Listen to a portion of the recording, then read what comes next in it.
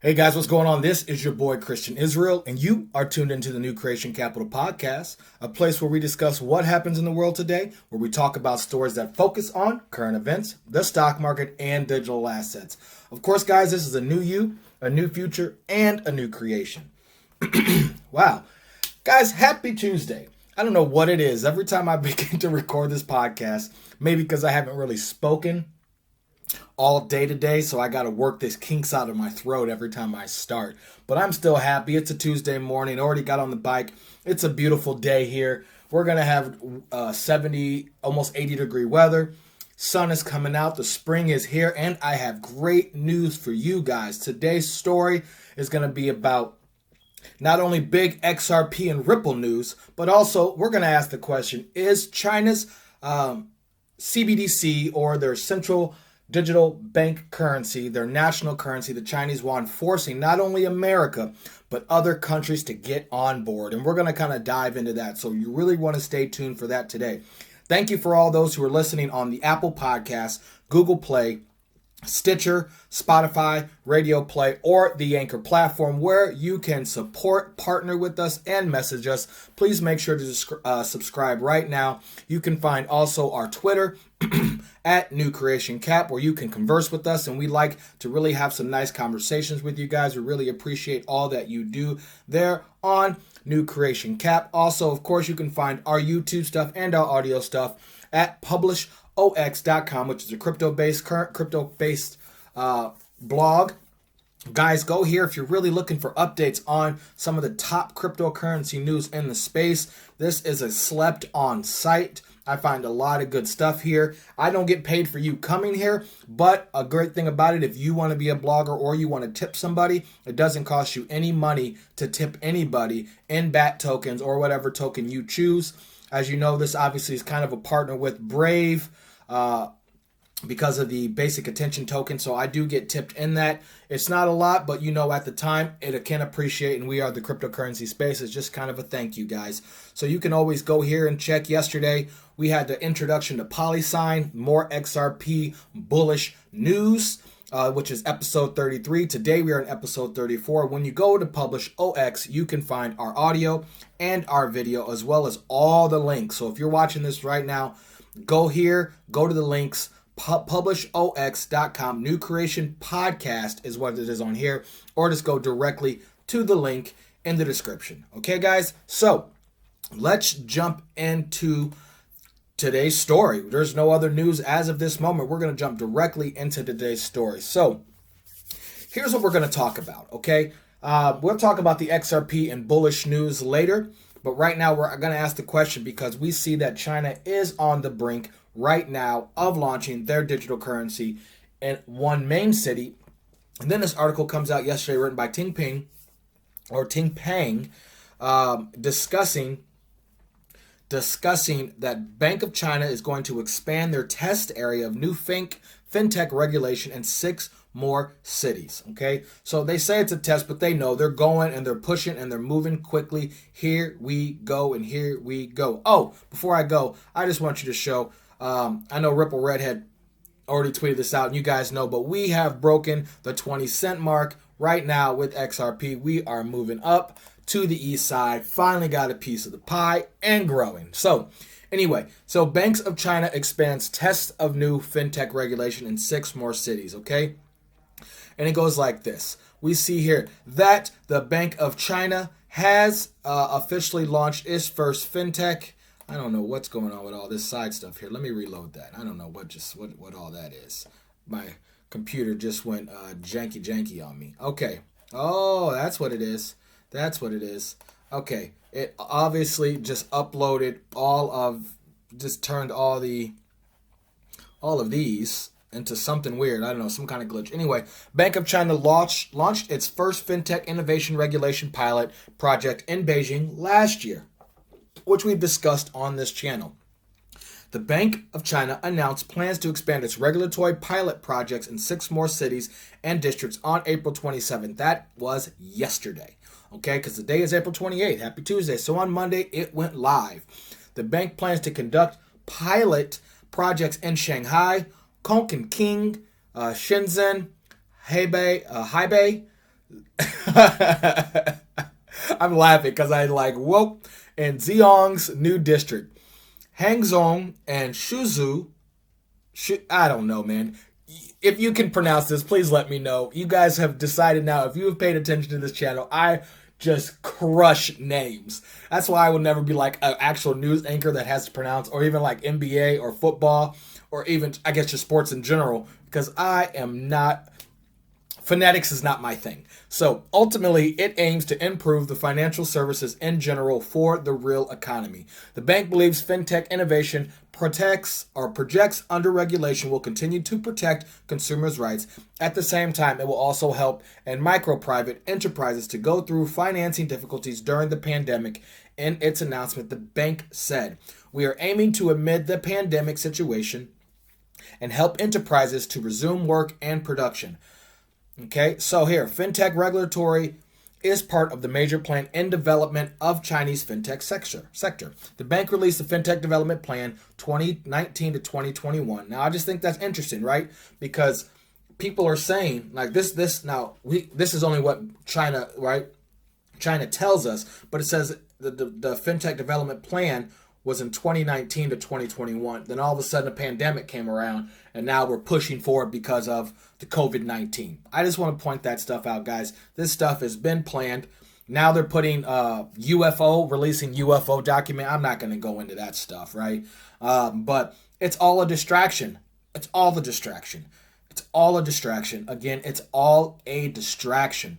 Focus on the long game, guys. America is so squirrel. They just forget that whatever the mass media tells them, that's what they do. So if you're here right now, you are not listening to the mass media, I hope, and that you are paying attention to what is going on in the details, right? So you see the Fintech Development Plan in 2019 to 2021 outlined right after the Central Economic Work Conference last year.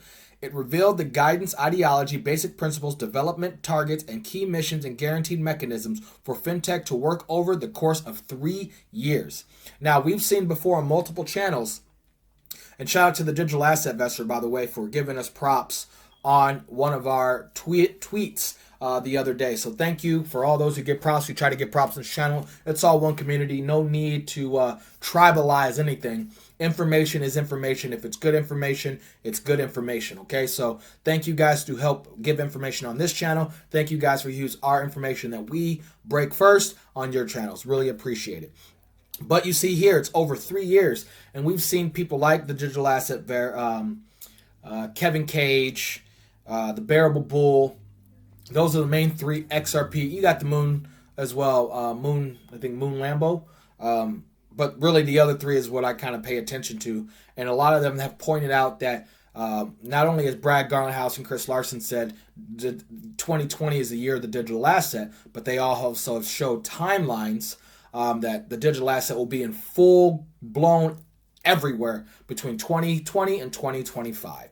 China is pushing that up, trying to break it and be the first, because first to market is very big in this space. So here you go. The plan proposes that by 2021, China establish and improve the 4 beams and 8 pillars for China's fintech development, which includes accelerating the drafting of basic regulatory rules, monitoring analysis and assessment work, exploring fintech innovation, regulatory mechanisms, and comprehensive financial statistics, strengthening the specialization, unification, and comprehensiveness of financial regulation. Okay, it says there, Cointelegraph reached out to banks, but no press. Obviously, China's not going to comment. So, thank you, Ting Ping. Great article on Cointelegraph there about expanding. So, since they're expanding, the question is this putting pressure on not only Trump and America, right, but the rest of the world? And for you guys that don't know, right, please make sure, by the way, you comment on our Twitter. Let me know what you think. But for you guys that don't know, Trump has signed over and basically taken over the Federal Reserve. The Federal Reserve basically heads the U.S. dollar. The U.S. dollar, right, at this time is the world currency, even though everything is crashing at the moment. Not the U.S. dollar isn't crashing, but it's in the process of crashing. And I've played that for you at the end of every YouTube video that I've played for you so far over the last week. You see at the end, there's a clip from The Big Short with the Jenga stuff, and I'm putting that in there because that's what's happening to the US dollar right now. Yes, it's about the housing market. The housing market, by the way, is projected to be down 10 to 20% by the end of next year. So if you're looking to buy a house, wait a year and a half, because the market will be 10 to 20% cheaper by the end of next year. Just letting you guys know that. Anyway, so each block is being pulled. I showed you guys the other day that the ECB, the Eastern European, or Eastern Central Bank, by the way. I don't know where I put that in. I put that in one of these episodes. Specifically is buying up all the bottom debt. We saw on Bearable Bull's channel today, actually, if you guys got a chance, watch that one today. He talked about how the banks are here in America are now buying up debt of the Federal Reserve is buying the federal government, Federal Reserve. They're kind of one and the same now at this point with all the quantitative easing. But they are buying all the debt of cities, not a million and but now 250,000 people or more. They're buying the debt, period. So they're just spending the dollar, basically knowing that they're going to have debt cancellation. And we talked about debt cancellation right here in episode 29, how the IMF is the last step. We also see that JP Morgan unlocks liquidity with XRP being the last step. So we are a step closer and closer and closer. So with the U.S. spending all this money, printing, China putting a digital dollar out there and really testing it, is it putting pressure on the U.S.? And we see here that Donald Trump, there's an article that came out on Forbes. Let's see. Can I? Well, won't this let me zoom in here? Let's see if I reload this. Anyway, Forbes put out an article yesterday. There we go. Forbes put out an article on the 26th. I think this is the article right here. Yes, by Billy Bambro. That it says Donald Trump's China nightmare is coming true for the U.S. dollar. Now, before I read, if you guys hear noise, again, I apologize. I am not in a great studio here. And I have a neighbor who yells and screams and talks to himself all the time. I'm talking all night. This morning, 2 a.m., he's having a conversation with himself and yelling at himself. Then he kicked himself out of his own house. Just pointing that out. So if you guys hear the yelling in the background, I apologize. I'm not having things ringing and going off in my house. It's strictly just crazy neighbors. So anyway, Donald Trump's China nightmare is coming true for the U.S. dollar. This is written by Billy Bambro. We read an article of his before on Forbes. So far, it's got 1.7 million views. Whoa.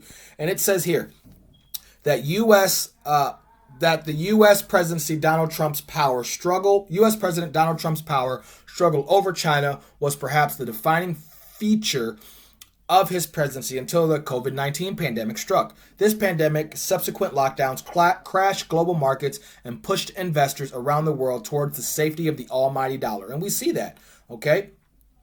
So, we see here, but the U.S. dollar says the world reserve currency could be numbered, with China of the biggest ever changes to government-backed central banks, currency looming, and China leading the field, which we see that.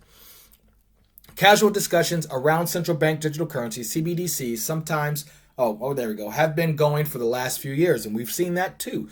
Digital currencies would work just like regular coins, noted issue central banks, but exist entirely online. We know that stuff, right? So we see here the long-running debate among central bankers over the need for digital currencies was blown wide open by last year's news of Facebook's Libra project.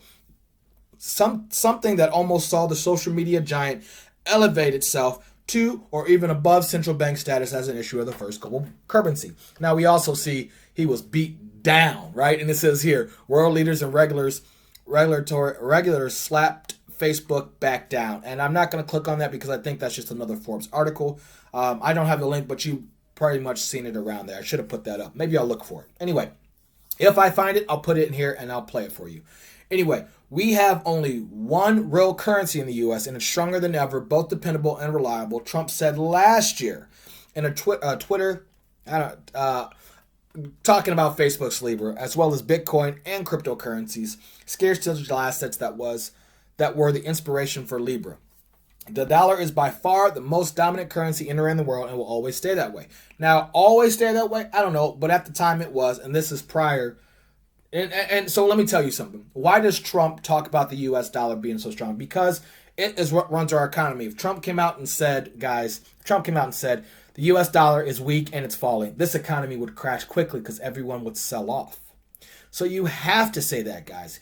Now, people complain about Trump's leadership, and I'm neither here nor there with talking about that with people who just say what they want.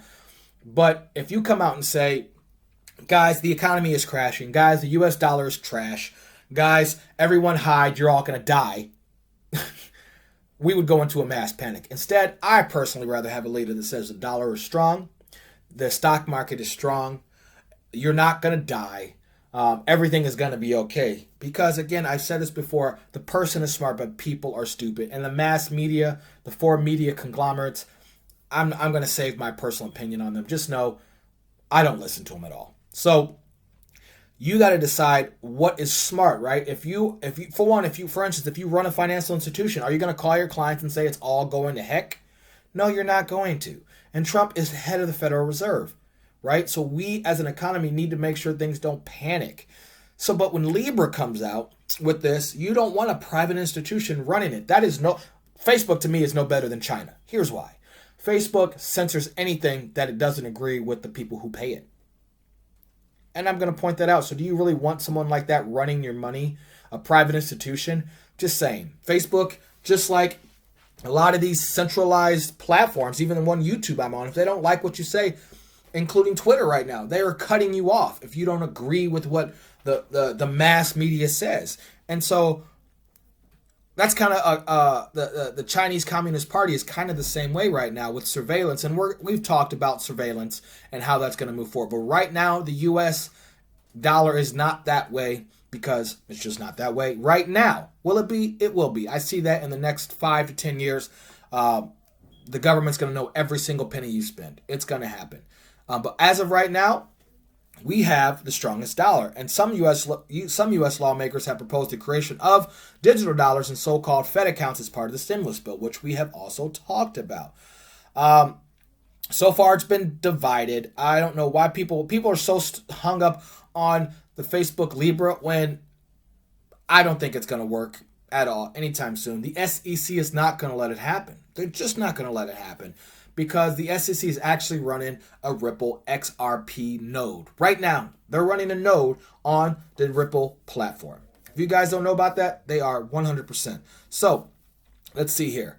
Let's continue. Both of these currencies, referring to the Libra's digital dollar and the version of the digital dollar and the digital yuan, should be launched as of this year, will make it quicker and cheaper. That's what someone thinks. China will pull out all the stops to convince international trading partners to switch from the dollar to their new currency. If they manage to lure users, the U.S. dollar will be in deep trouble. Now, I agree with that. I do agree with China not only taking oil over the oil market right now, which we saw oil crashing, and it's actually down again today. It had the dead cat bounce, and now it's coming back down. The oil is really tied, U.S. dollar's really tied itself not only to other economies, but the oil. And so when Russia, China, and some of these other places don't want to use the U.S. dollar anymore, it takes away the value we've talked about. If there's no demand for the U.S. dollar, and then we have so much supply of it, the overall value goes down. That's kind of the gist of anything, supply versus demand. Right now, we're printing so much money with nothing backing it but oil and other people wanting it. Oil's demand is going down, and the demand of the U.S. dollar is going down, and increasing supply 2-3 folds. It's over with, guys. It's over with. So the question is not if, it is when. So we see here, China is expected to begin internally testing a digital yuan with its fourth largest commercial bank this month, and has lined up the raft of international corporate partners, including coffee chain Starbucks. And we've seen those things, Starbucks and McDonald's beginning to use digital assets. So here, let's see. Moving forward, I think that's pretty much the rest of that. Yeah, that's pretty much. So what do you guys think about that? This is just that aspect of it. And now it's China's nightmare is coming true for the I don't think it's a nightmare, because if you look, for one, I'm just going to point this out based on the title alone, and again, they're trying to get you to think what they want. If you look who Trump has put around him and who Steve Mnuchin has put around him, they're all from the cryptocurrency, digital asset world. All of them, and they've all worked with Steve Mnuchin before. Okay, it's all coming together. There's no worry. There is no worry. Well, I'm not worried at all. If definitely, do I think the stock market is going to go boom, as in bust again? Yes. Tomorrow? No. But will it? Yes. This is anybody who knows me can attest to this. I've told people in December that I believe was going to happen at the end of 2020, beginning of 2021. Now then COVID-19 happened. Okay, so I called for it now. Do I think this is kind of, again, a dead cat bounce and creating a larger inflation bubble? Yes. But when that bubble pops, we will all be okay as far as our dollars, because all of our debt will be wiped anyway. They're just going to do a reset. The debt's going to be wiped. We're going to start all over. Forget the U.S. federal dollar. We're going to go to the Treasury dollar. And that's what is going to happen. It's going to re-rep, all be backed by the IMF. The whole world's going to go on a gold standard. Everyone's going to have their digital currencies and backed by gold, using XRP as one of the global reserve currencies. And there'll be other platforms like XLM. I'm telling you guys, it's there. I know it sounds crazy, but go back and just start to watch everything fall into place. And anybody who knows me knows I've been saying this for a while, and everything is checking off. So the question of this podcast, though, is China pushing everyone forward? Right now, seems to be yes, and we can see that here in this Economist article from Intelligence Unit, and it's breaking down digital currency towards a cashless society. And I'm not going to go too much into this, but this article just goes, and I'll put it in the description. Again, if you want to find this, if you're on YouTube specifically, go to either Anchor or the Publish OX website, and I'll put a link just to the Publish OX website. That's what I'll start doing now. That just makes more sense. Put the link here so you can go and actually get it all from me. And I'm not going to go through this, but this is basically talking about going cashless offers societal benefits. Okay, so what the benefits, and this basically goes how everyone is already basically doing digital payments now, either PayPal, Google Play, Apple Pay, bank accounts, mobile wallets. I rarely carry any cash now, and that's kind of what this goes into. It breaks down. So if you're interested in diving more what a cash society is, you can go into this article and talk about the key takeaways. I just wanted to show you that The Economist did a nice little article on it. Now let's move on. Okay, so and then here's another article that I'm not going to go into, but this is April 9, 2020. This is actually a Congressional Research Service, Cryptocurrency, the Economics of Money, and Selected Policy Issue. So here you see, and again, I'm not going to break this down, but this is from April of this year, debating about a macro policy written by David W. Perkins about going into digital, about going cryptocurrencies and cryptocurrencies are digital money and electronic payment systems. So they're going into here, but it's just talking about that right now it doesn't require government backing or in the involvement of an intermediary, such as a bank. Okay, users of such validate payments over certain protocols. So this is describing what it is, private keys, and obviously the government is really looking into this and seeing how to do it. So here are some of the contents. This is more about this. I think this just mentions distributed ledger technology specifically in there. I think that's what this one does it? Let's see. Nope. We're not doing that. We're not bookmarking. We are coming here and we are going to find. So this basically breaks down a lot of stuff there. And again, I just want to show you that there is talk going. So guys, for those of you who don't believe that we're actually going, research is happening. So that's the US. Now we talk about the world. Now I came across this specific thing by Real XRP Boy, and he types here, "You heard, touch them at your own peril, crypto fans." Now this specific thing by Bank of France is in French, guys. So if you're watching this on YouTube, you'll see subtitles. But if you're listening to this strictly on the podcast, it's in French. So basically they're saying Bitcoin, no gravy. Don't use Bitcoin. It's volatile. Cryptocurrency assets, not so good in general. They're pushing it because they don't want people to get involved. They're trying to save the banks. But at the same time, I can show you behind the scenes what they're doing. So let's take a look at this video real quick.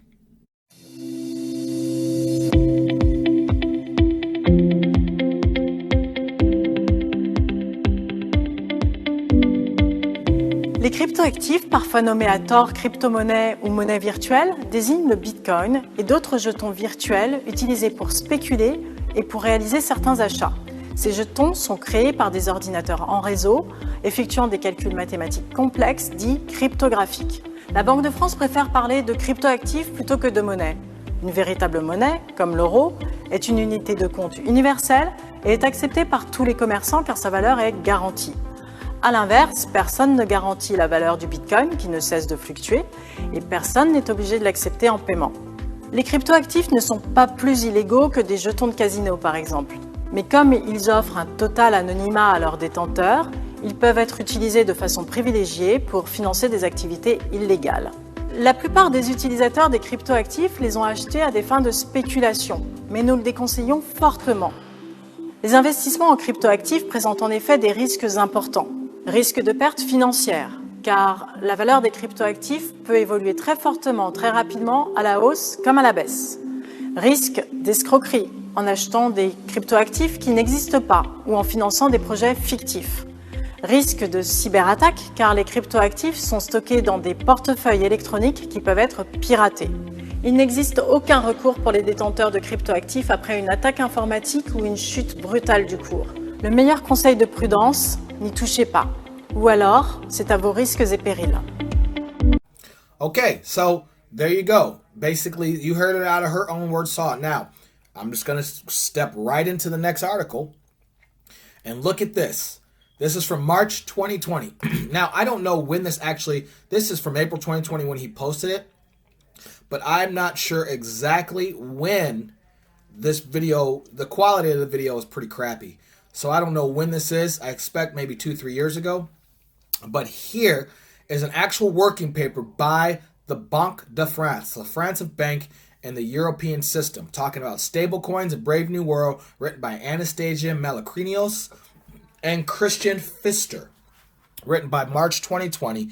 And basically the point of this is, at the root of the notion of stablecoin lies a desire to reconcile two different worlds, that of legal currency, whose essential attributes are a hierarchical order, the vocation to uniqueness and stability of the purchasing power, and that of crypto assets, featuring decentralized multiplicity and thus the possibility of choice and the instability of value.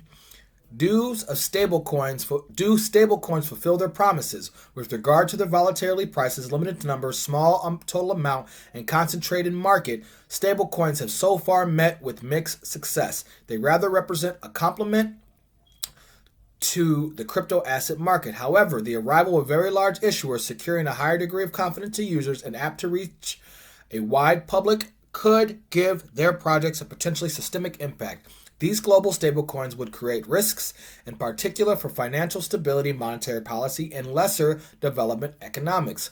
This paper reviews these risks and why the private sectors, regulators, and central banks address them. So this is about stablecoins, monetary policy, and financial stability, written by the Bank of France. So they're telling you one thing, but in the background, as we see, they are doing their research. They are doing their research. And let's see here. Let's find the conclusion. Let's see the conclusion. The conclusion says, let's see, conclusion. Oh, I thought this one had a conclusion. Nope. Okay, so that is the end of this specific article. So I will put this again in the link. You can go over that through. There's no point really to talk about it. Now let's move on. Here's another study called Crypto Assets, Key Developments, Regulatory Concerns, and Responses. This is by the European Parliament, okay? Requested by them. And I do believe this was also, look at this, April 2020. Again, they're trying to press policies about cryptocurrency in general. So this is kind of what I'm showing you. I'm not going to break this one down, but here's what the study is about. This study, prepared by Policy Department A, sets out recent developments regarding crypto assets. These related mainly to continuing use of crypto assets for money laundering and terrorist financing, the massive growth of private tokens used to raise funds, and to emerge of stablecoins and central bank digital currencies. The study furthermore addresses key regulatory concerns, taking into account these recent developments, and suggests regulatory responses. So you see there's another thing. We saw Bank of France. Now we see the European Union. European Parliament putting out tests, and I just wanted to show you that. I think it's important to see people are moving. So you got US, China. We saw India make it completely legal now. We hear Russia's Vladimir Putin talking about it. I couldn't put that up, but they believe we're going. We know he's stacking stats. And then we see also here Europe and France and Germany doing all these things as well, researching and finding ways to talk about it. The narratives, they're used for terrorists, but we all know the US dollar is moved for terrorist activities more than anything else in the world, period. You might see $3 billion with the Bitcoin move, $30 billion worth of US cash used for terrorists. That's the number one thing because you can't track it. Anyone knows you use distributed ledger technology or the blockchain, everything is tracked. So let's move on. I want to show you that. If you want to dive deep more, you can look into the description. All right, so let's dive into the story of the day. All right, so Volante. This is the story of the day. The VolPay Ripple processor module speeds integration to the Ripple global settlement network. Okay, so what is this exactly? So it says here, Volante's VolPay Ripple processor module simplifies the connection to Ripple's near real-time payment and settlement network. So here, we see here as banks and their challenges. Actually, you know what? I'm not going to go directly through all this. I'm going to play a video for you at the end. Just know that Ripple has been integrated into this payment system. And we see that here, okay? Basically showing you how Ripple makes the connection. So it goes from, it says here, a payment from Bank A to Bank B is created in the payment application. Payment is routed to Volante VolPay Ripple Processor Module. Volante's Ripple Processor Module receives payment from application and, according to the business rule, initiates Ripple payment process. The Volante Ripple Processor Module also manages all the acquired API calls and payment messaging transformation to acquire the format of Ripple, for Ripple. Via the Ripple cross-currency interface Ripple Connect, the Volante Ripple Processor Module manages the receipt and acceptance or rejection of fees and exchange rate. Quote, once rates and fees are approved, the Volante Ripple Processor Module initiates the Ripple payment process. Ripple confirms payment to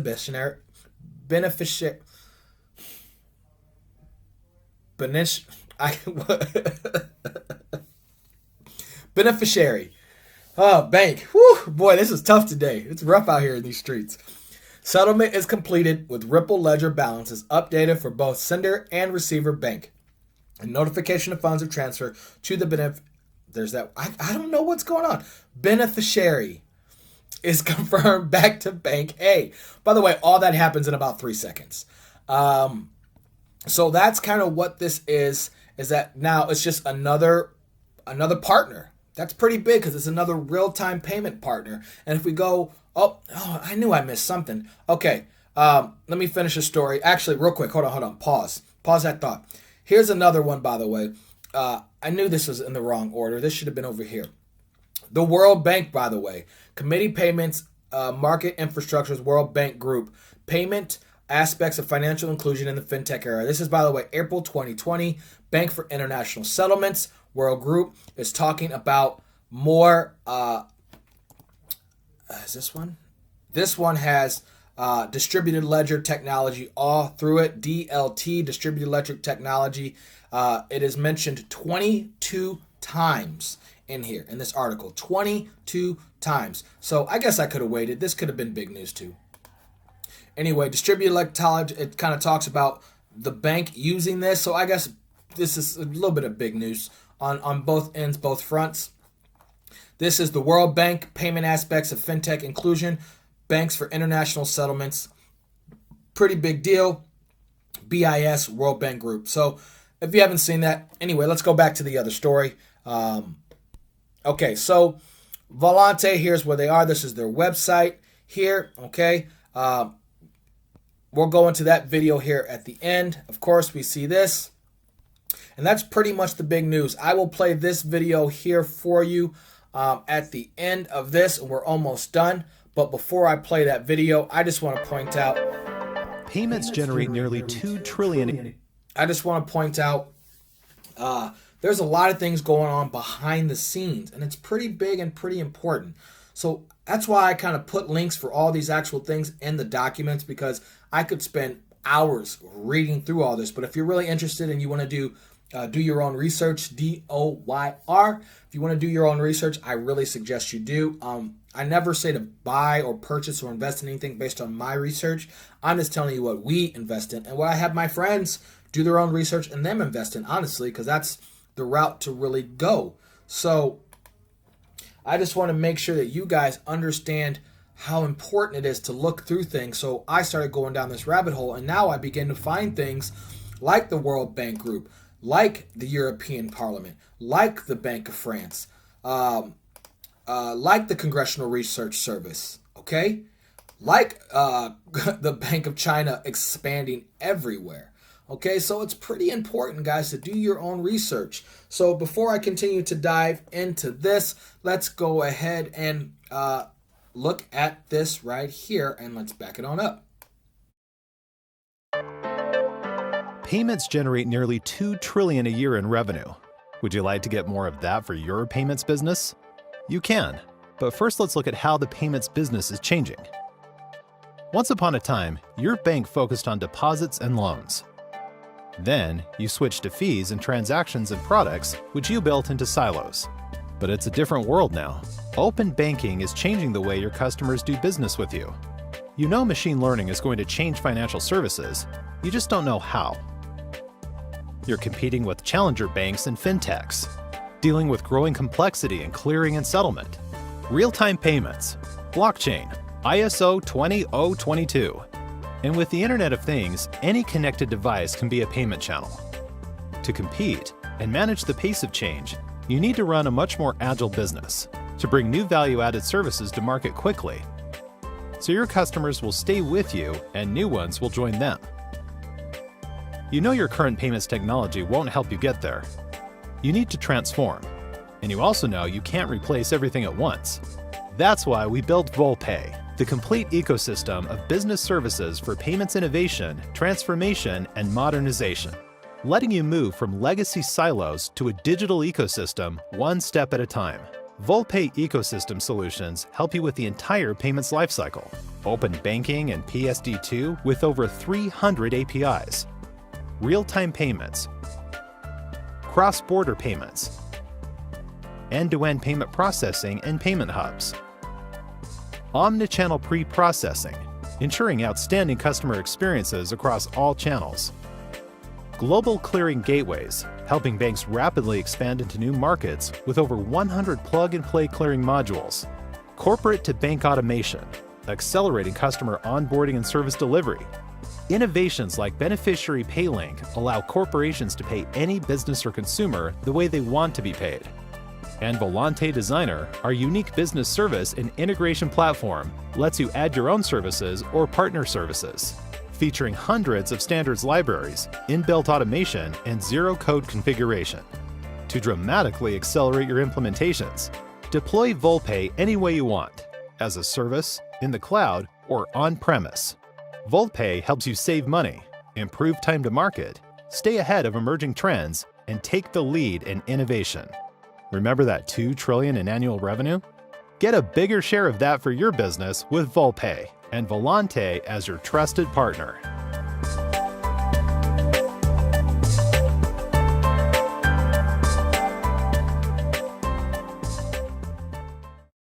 Well, all right. What do you guys think about that? You know, let me know what you think in general about what is going on. Again, at the end of every video, I will put Brad Garlinghouse talking about the IMF and digital assets. And one thing he says in there, which is really, really important to listen, I want you to listen, is what the lawyer says. The lawyer says the only way for the IMF to hold digital currencies if one country pushes forward with making their world, with their actual currency, their fiat, be digital currency. And it's happening right now with China pushing. So the next step is the IMF to step in. But before we move forward, of course, I'm going to end this episode with scripture. This is from Proverbs 1, guys. It says, for gaining wisdom and instruction, for understanding words of insight, for receiving instruction and prudent behavior, doing what is right, just and fair, for giving prudence to those who are simple, knowledge and discretion to the young. Let the wise listen and add to their learning, and let the discerning get guidance for understanding proverbs and parables, the sayings and riddles of the wise. The fear of the Lord is the beginning of knowledge, but fools despise wisdom and instruction. So guys, that's it for episode, what are we on, 34 today? Wow, 34 guys, we are doing strong. We do episodes Monday through Friday based on investments and stocks, all that kind of thing of this world. And then I record on Saturday, on the Sabbath, I record the scriptures, and I do a Sunday scripture podcast that's strictly biblical based. If you guys are interested in hearing of the word, want to plop it in, also add some worship at the end. You can see that. That was episode 32. We talked about James being a doer of the word. Yesterday was about the introduction of poli-sci. And today, if you made it to the end of this video, please subscribe. Please hit the like button. Please, please, please join the group. Let me know what you think, because I do this for you guys. One person likes it. Awesome. Perfect. But before we actually go, I want to see what is going on in the stock market. So I'm going to drop this and drive this right over into here.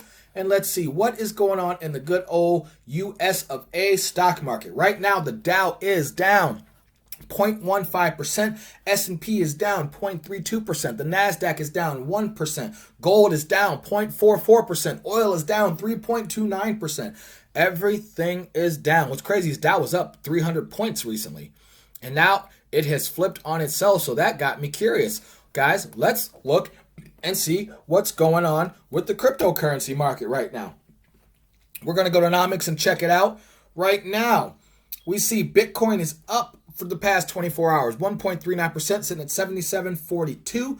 Ethereum is sitting at 197.02, up 1.59%. XRP had a boost today, up to 20.7 cents, up 6.21%. Hopefully you caught that pump. Litecoin is up 45.35, up 2.55%. EOS is up 0.91%, sitting at $2.74. Binance Coin is up 1.98%. Tezos, I hope you caught that pump. We are also in this market. Tezos up 6.44%, sitting at 2.79. Cardano also in that market at 0.04 cents, up 4.57%. Stellar, we are also invested in this coin, up 12.13%. Nice little pump, sitting at 0.069. It did hit 7 cents today. XRP also did hit 21%. We are also in Chainlink at 3.91%, sitting at 3.69, up 66 cents now. So those are some of the things that we are in. We are catching the pump. This is the year of the digital asset. This is the year of the digital asset. Thank you guys so much for tuning in. Please hit me up on Twitter at New Creation Cap. Hit us up for our audio and video at PublishOX. And of course, this is the year of that digital asset, and I am Christian Israel. You are tuned into the New Creation Capital podcast, a place where we discuss what happens in the world today, where we talk about stories that focus on current events, the stock market, and digital assets. Of course, this is not financial advice, but we like to say, make sure you buy low and sell high. Guys, this is a new you, a new future, and a new creation. This is the end of episode 34. Until next time, guys, peace and love. Later. Some, can you see those? Oh, there's 2 votes. Let me try. Do you see IMF holding crypto assets in the future? Oh, they're over here. That's easier. You want to take one? Go for it. The first one's for you. IMF. Do you see IMF holding crypto assets in the future? I did not put that up there. Remember, I'm from the legal department. I'm supposed to be very conservative about these things. I don't want to go into great details about Maybe the I IMF. should take what the IMF is going to do. I think we look, stunned Ross into silence with that one. For that to happen, okay, under the current legal framework, some country would have to use a crypto asset as its currency. Which goes to the next question that was on the list, actually. Will central banks issue digital currency become a reality in the next few years? Well, again, there's a lot of work being done by a number of central banks in different, regions of the world. I think generally speaking, many of these central banks are coming to the conclusion that they don't see the benefits right now of doing it, but they're very seriously considering the use case. And I think as work proceeds, they maybe the possibility may increase. Particularly the Bank of Canada with its Project Jasper experiment has realized that a central bank digital currency on its own may not offer benefits now, but when combined with other things like the security settlement system, the use cases begin to emerge. So let's keep an open mind.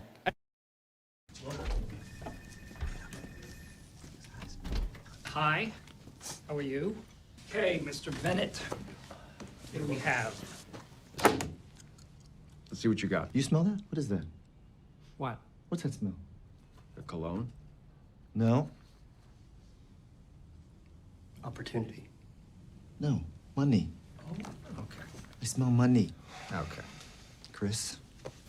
Damn it, sorry. This is your basic mortgage bond. All right? The originals were simple.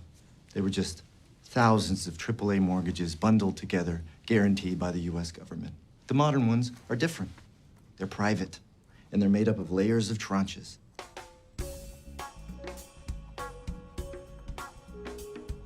The highest level AAAs getting paid first, the lowest rated Bs getting paid last, taking on defaults first. Now, obviously, if you're buying Bs, you can make more money, but they're a little risky. Sometimes they fail. Chris?